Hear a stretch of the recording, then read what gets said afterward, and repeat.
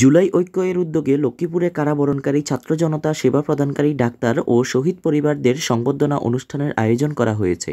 মঙ্গলবার ৫ আগস্ট শহরের টাউন হলে এই আয়োজন করা হয়। গণ অভ্যুত্থান আন্দোলনে অংশগ্রহণকারী ছাত্র জনতা ও কারাবরণকারী নেতৃবৃন্দ এবং জুলাই যোদ্ধাদের সেবা প্রদানকারী চিকিৎসকগণ ও শহীদ পরিবারদের এই সম্মাননা জানানো হয়।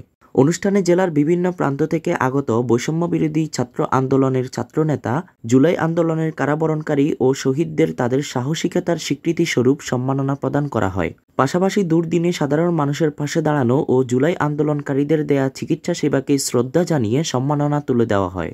এ সময় অনুষ্ঠানে সভাপতিত্ব করেন জুলাই আন্দোলনের অন্যতম সমন্বয়ক জনাব আরমান হুসাইন এবং সঞ্চালনার দায়িত্ব পালন করেন জুলাই যোদ্ধা সরোয়ার হোসেন।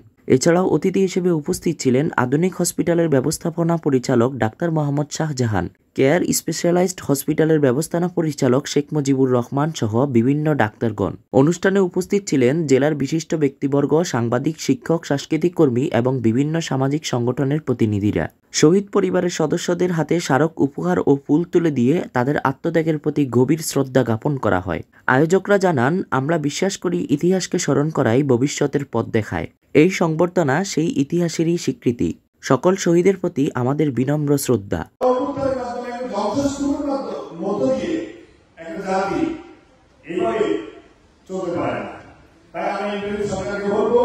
আমাদের যে প্রত্যাশা এই গণঅভ্যুত্থান ছিল, সেই প্রত্যাশার আলোকে এই রাষ্ট্রকে প্রকৃত রূপ দিয়ে আপনি ক্ষমতা হস্তান্তর করুন, আমরা তাকে সাধুবাদ জানাবো।